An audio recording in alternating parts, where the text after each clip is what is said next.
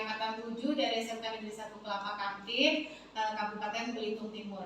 Nah, hari ini saya akan mencoba untuk melakukan praktek kucing terhadap teman saya. Di sini saya akan melakukan kucing untuk mata pelajaran PKN. Di sini sudah ada rekan saya.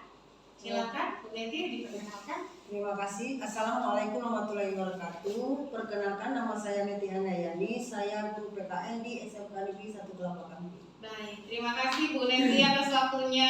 Selamat siang Bu Neti. Selamat siang. Mohon maaf ya mengganggu waktunya hari ini. Jadi gini Bu Neti, hari ini kan saya dapat tugas nih untuk praktek melakukan kegiatan supervisi akademik. Jadi besok, rencananya kapan Bu Neti mau mengajari kelasnya untuk prakteknya? Besok. Oh besok, oh iyalah. Jadi di sini sebelum kita melakukan supervisi akademik, jadi ada 3 hal Bu Neti yang harus kita lalui ya tahapannya. Tapi mohon maaf, bukan saya untuk menggurui atau gimana untuk melakukan penilaian, tidak ya. Tapi kita sama-sama belajar lah di sini. Nanti kita akan melakukan 3 tahap. Jadi ada praobservasi, kemudian kita mengobservasi di kelas ketika Ibu mengajar, dan juga nanti pasca observasinya gitu ya. Baik, jadi tujuan kita hari ini sebelum praobservasi, kita ini ingin mengetahui sebenarnya bagaimana sih cara mengajar kita nantinya. Jadi di sini bagaimana kita meningkatkan kompetensi kita ya, terutama untuk pedagogiknya, bagaimana kita melaksanakan KBM di kelas seperti jadi kelas berapa Bu kira-kira besok yang akan di ini Bu di supervisi? 11 TKJ. Oh, di 11 TKJ. Baik, besok ya waktunya. Gimana nih Bu Neti persiapannya? Kalau untuk persiapan supervisinya besok, saya sudah menyiapkan yang namanya media pembelajaran. Ya.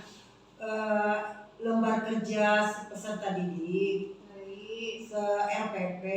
Ya. Setelah itu RPP ya. Iya, Oke, jadi ada modul media pembelajarannya, ada modul ajarnya, ada lembar kerja. Baik, RPP sudah ya, ada lembar kerja siswa gitu ya, ada media pembelajarannya. Oke. Materinya kalau boleh saya tahu besok apa ya? Karena ini di kelas 11, materi pembelajaran itu kita tentang Bhinneka Tunggal Ika. Cuman di Bhinneka Tunggal Ika itu saya mengambil tentang kolaborasi antar budaya. Oke, kolaborasi antar budaya ya. Jadi tujuan pembelajarannya? Jadi tujuan pembelajaran dari kolaborasi antar budaya ini diharapkan peserta didik itu dapat mengenal budaya-budaya yang ada di Indonesia.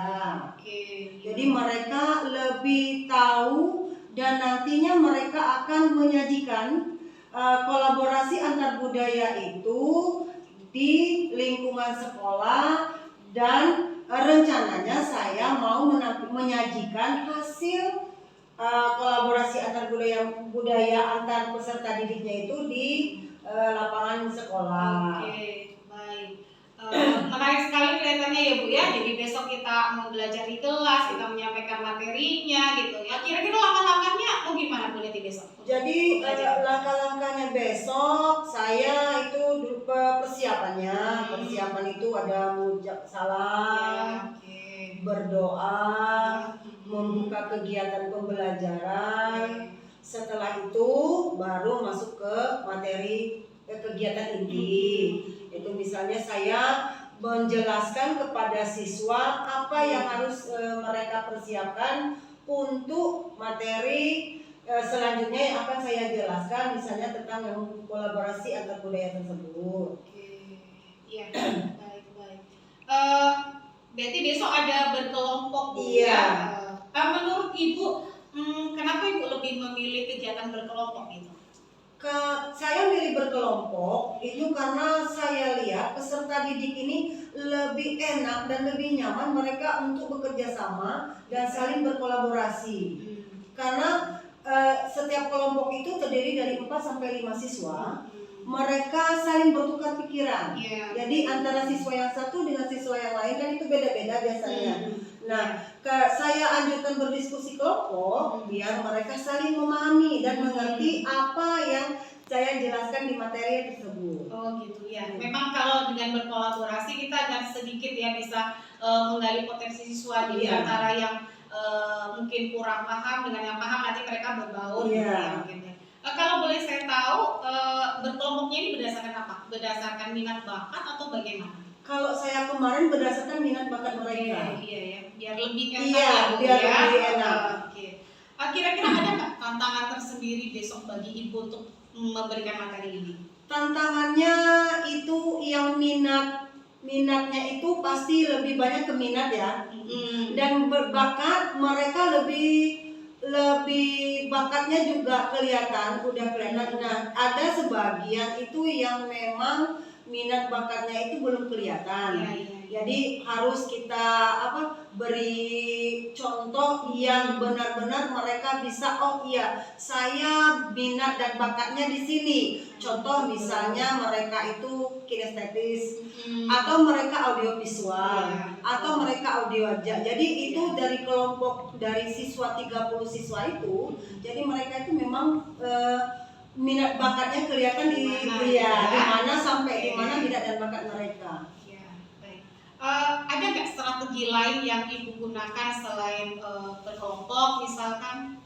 Kalau kemarin strateginya itu saya minta mereka itu membuat video dan mereka menyajikan videonya tersebut itu untuk per individu. Jadi saya mau lihat mereka ini dengan minat bakat mereka ini itu kelihatan. Jadi dari video tersebut mereka, oh saya lebih ke audio, oh si B lebih ke audiovisual atau si C lebih ke dari situ. Jadi kebanyakan kemarin itu menyajikan tampilan penyajian dan buat video. Dan satu lagi kemarin saya suruh mereka itu bikin mading. Oh iya. Ya, jadi mading tersebut harus mereka jelaskan. Ini loh filosofi yang saya buat mading yang tersebut. Nah, kayak gitu. Iya. Jadi nanti setelah berkelompok itu nanti mereka yang ada strategi lain, misalnya kalau mereka nggak berkelompok lagi individu tapi mengirimkan bentuk hasil karya ya secara individu. Oke. Jadi di RPP itu atau di modul ajar ini apakah sudah semua terlihat di situ? Sudah ya. Kira-kira masih ada yang kurang nggak Bu? Kurang itu di RKPD misalkan ada yang kalau di RKPD masih harus dilengkapi. Oh dilengkapi ya. Kira-kira kapan Bu mau melengkapinya? Besok. Oh besok ya. Nanti sebelum mempraktekkan gitu ya. Kan hari Rabu nih, besok Selasa, berarti masih ada waktu ya. Oke. Siapa Bu yang bisa membantu Ibu untuk melengkapi itu? Kalau untuk bantu saya nanti saya minta Pini. Oh iya ya, ada rekan yang bisa membantu gitu ya. Oke. Jadi kira-kira kompetensi yang mau lebih ditonjolkan besok apa? Di pedagogiknya atau di sosial emosional atau di mana? Atau mungkin bersamaan kayak gitu? Kalau yang untuk besok itu yang saya kan ada sosial emosional ya. Oke. Karena di sini menyangkut bagaimana mereka nanti mempresentasikan dan berkolaborasi gitu Bu ya. Oke, saya kira cukup dulu Bu. Saya tunggu ya setelah besok kita lakukan observasi di kelas. Saya tunggu hasilnya besok seperti apa, kemudian aksinya, respon anak-anak bagaimana, dan setelah nanti observasi selesai kita ketemu lagi di pasca observasi itu Bu ya. Oke, terima kasih Bu waktunya hari ini. Sama-sama. Untuk hari ini ya kita sebelum Ibu memulai materi pembelajaran kita berdoa dulu ya. Sebelum itu siapkan ketua kelas untuk memimpin doa. Siap, beri salam.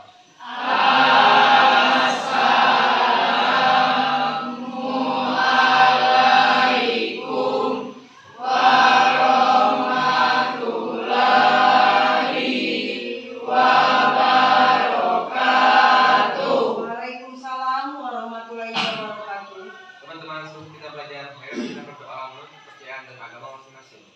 Berdoa mulai. Terima kasih. Untuk selanjutnya Ibu absen dulu ya. Jadi siapa dulu yang tidak hadir? Rizky kemana? Sakit. Setelah Rizky? Adrian kemana? Sakit dua. Siapa lagi? Sakit dua. Oh, sakit. Selanjutnya siapa yang udah hadir? Lili. Jadi saya dulu ya. Nah, untuk peserta didik dipersilakan untuk berdiri.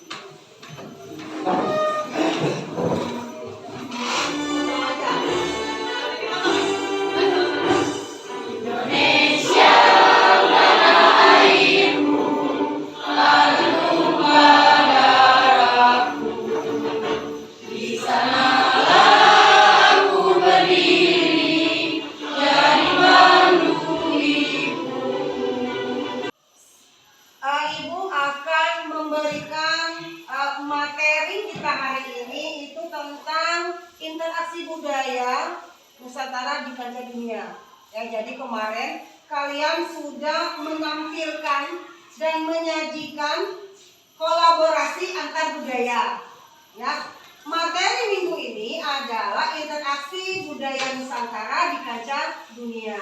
Ya, baik. Nanti Ibu akan menjelaskan dulu tujuan pembelajarannya. Itu yang pertama adalah peserta didik belajar ikut aktif mempromosikan kebinekaan, ya, kebinekaan yang dimiliki bangsa Indonesia. Jadi peserta didik kalian harus tahu kebinekaan bangsa Indonesia itu apa aja. Itu yang pertama. Yang kedua itu menghubungkan kearifan lokal yang ada di Indonesia, ya. Jadi ada kebinekaan, ada kearifan lokal. Yang ketiganya itu mengutamakan produk dalam negeri, ya. Nanti Ibu akan menjelaskan, oh kebinekaan itu apa sih, Bu? Nah, kebinekaan yang dimiliki Indonesia itu, siapa yang tahu? Kebinekaan yang dimiliki bangsa Indonesia itu apa aja sih? Oke, yang tahu mana?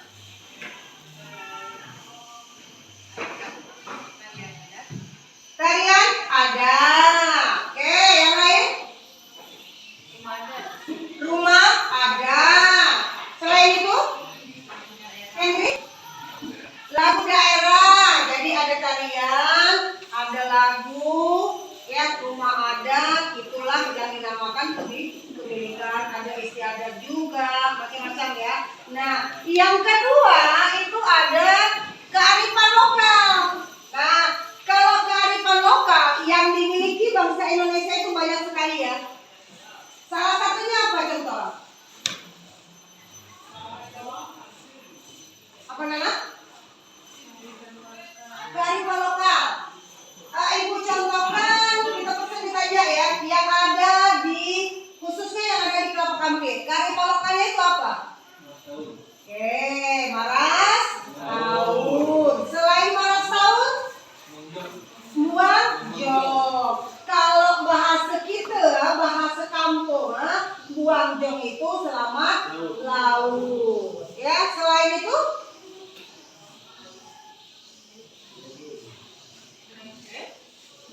ya kayak kita makan bedulang. Itu kan dari lokal ya. Yang terakhir itu adalah menggunakan produk dalam negeri. Nah, produk dalam negeri ini yang kalian pakai itu, ya, berarti kalau kita mencintai kebinekaan kita menggunakan produk dalam negeri. Itu ya sepintas tentang tujuan pembelajaran. Nah, sebelum kita ke diskusi.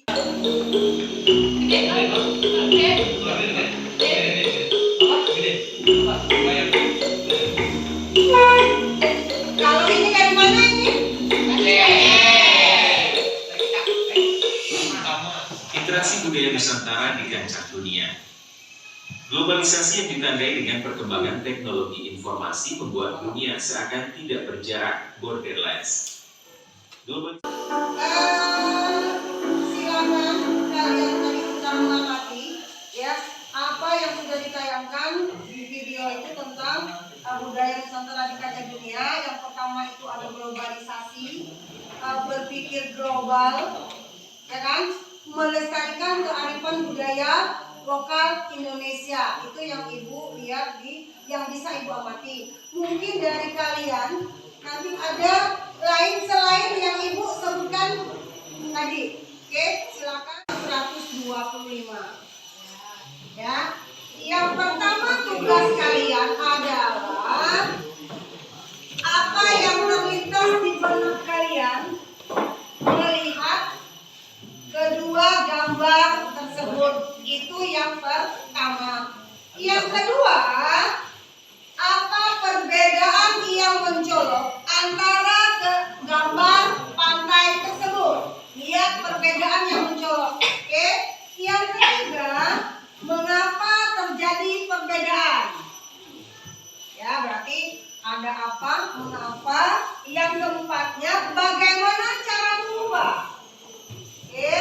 Kelimanya, kearifan atau pelajaran apa yang kalian petik dari gambar pantai tersebut. Silakan masing-masing kelompok diskusikan setelah selesai kita presentasikan di depan.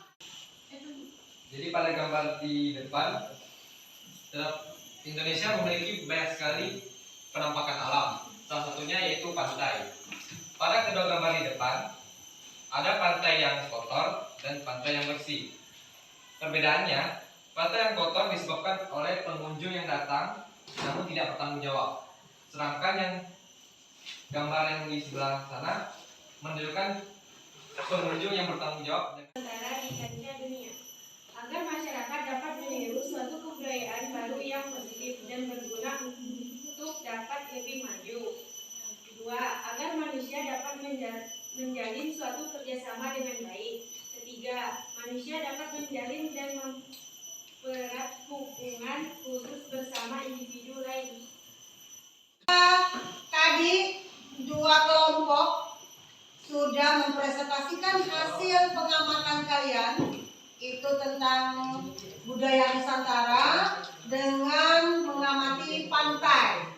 Ya, ada pantai, sudut pantai, dan ada pantai yang kotor. Ya, jadi untuk materi interaksi budaya Nusantara di kancah internasional, peserta didik atau kalian sudah paham dan mengerti apa yang sudah kalian lihat dan amati dari masing-masing. Jadi kebinekaan kita itu ya, kearifan lokal, produk dalam negeri itu tidak terlepas dari yang namanya globalisasi.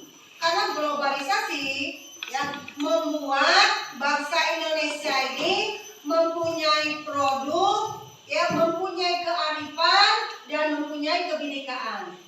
Oke, paham anak-anak? Terima kasih untuk materi kita hari ini. Untuk selanjutnya, materi selanjutnya kita sambung lagi atau materi selanjutnya dengan di minggu selanjutnya ya, minggu depan. Ya, oke. Ibu Ayri sampai di sini. Assalamualaikum warahmatullahi wabarakatuh.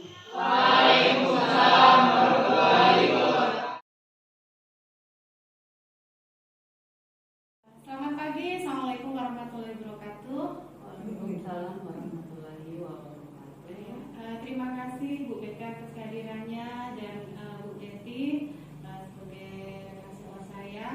Baik, pagi ini kami akan melakukan coaching untuk pasca observasi, dan observasi sudah kami lakukan kemarin, sehingga hari ini kami akan melakukan praktek coaching untuk pasca observasi.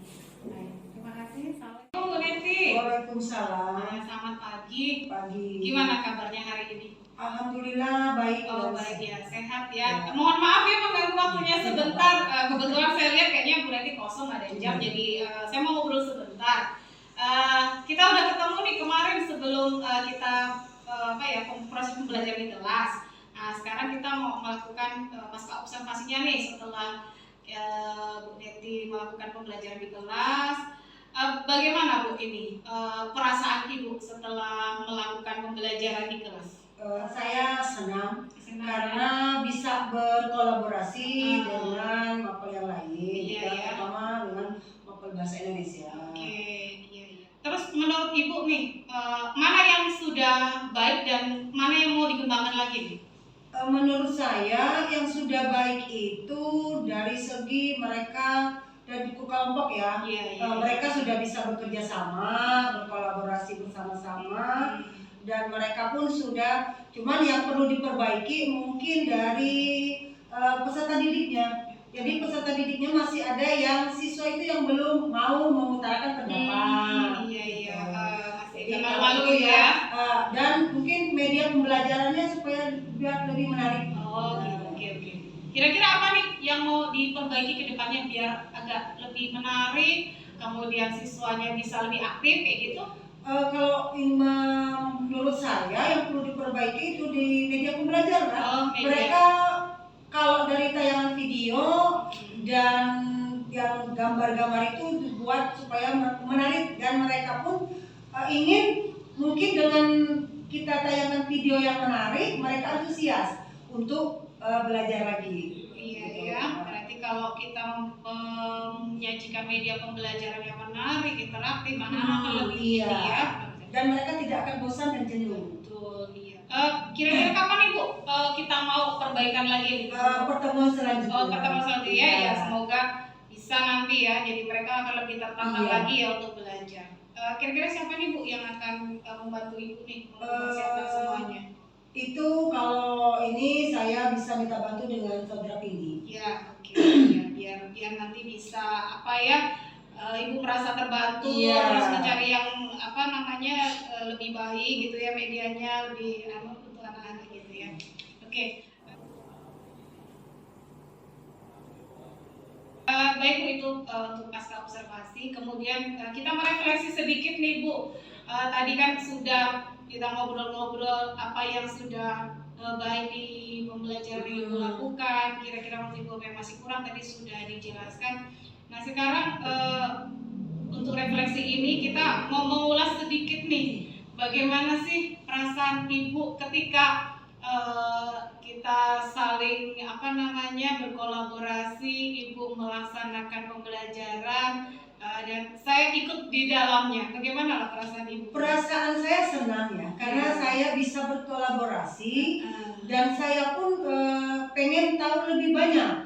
Ternyata kalau kita cuma belajar sendiri menggunakan ceramah, mungkin kita cuma sebatas itu pengetahuan kita, pemahaman kita. Tapi kalau kita kerjasama berkolaborasi dengan guru-guru yang lain, mungkin kita masih pembelajaran jadi lebih menarik. Oke, iya. Intinya lebih senang ya, Iya, kalau lebih senang ada kita berkolaborasi. ya. Jadi kita bisa saling berbagi praktek baik ya, yang masih ini kurang yang mana, yang sudah oke. Kemudian menurut Ibu nih kompetensi yang mana yang menurut Ibu harus dikembangkan lagi kayak gitu? Kalau kompetensinya itu sosial emosional ya. Iya. Sosial emosional ya. Kalau pedagogik mereka sudah paham dan memahami ya apa yang sudah saya berikan, materi yang saya berikan. Iya. Apalagi dengan media yang lumayan interaktif Iya. gitu ya tadi ya.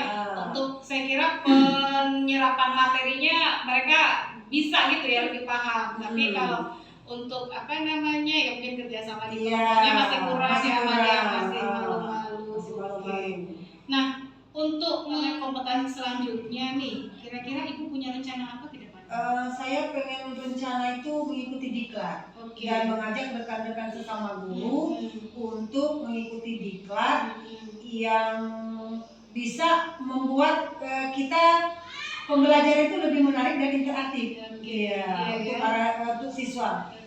Jadi pengetahuan kita memahami, jadi dari segi misalnya pemahaman materi mungkin kita masih udah ya, tapi karena untuk kerjasama dengan yang lain, karena kita bisa mengikuti diklat, kita bisa berbagi dan berkolaborasi dengan guru-guru yang lain. Iya ya, kita mengikuti diklat otomatis kan akan lebih memperkuat kita gitu ya, bagaimana membuat media pembelajaran yang interaktif dan sebagainya ya. Oke. Kira-kira kapan Ibu waktunya Ibu mau mengikuti diklat? rencana ini liburan ini saya Oh, iya, mau ya. jadi Liburan ini. Iya. Ada rekan yang bisa membantu Ibu nanti? Ada? Ada ya. Ada. Oke, jadi mungkin saling berkolaborasi Iya. nanti Bu ya, mengikuti diklat bersama-sama, semoga bisa lebih menambah pengetahuan kita sehingga kedepannya kita dengan peserta didik lebih interaktif Iya. lagi ya, jadi mereka tidak merasa bosan gitu. Oke, baik, terima kasih sekali Bu Neti atas waktunya. Saya mohon Sama-sama. maaf kalau selama saya melakukan observasi saya punya banyak kesalahan. Saya mohon maaf sekali lagi, bukan berarti saya menggurui atau menilai Bu ya, tapi di sini kita sama-sama saling berbagi Iya. saja. Terima kasih sekali lagi Bu Neti atas waktunya. Ya, assalamualaikum Bu Neti. Waalaikumsalam warahmatullahi wabarakatuh. Baik, terima kasih Bu Pepe atas kehadirannya dan juga Bu Neti. Hari ini kita sudah selesai melaksanakan praktek kucing untuk pasca observasi dan refleksi. Semoga dapat bermanfaat bagi kita semua dan dapat menambah wawasan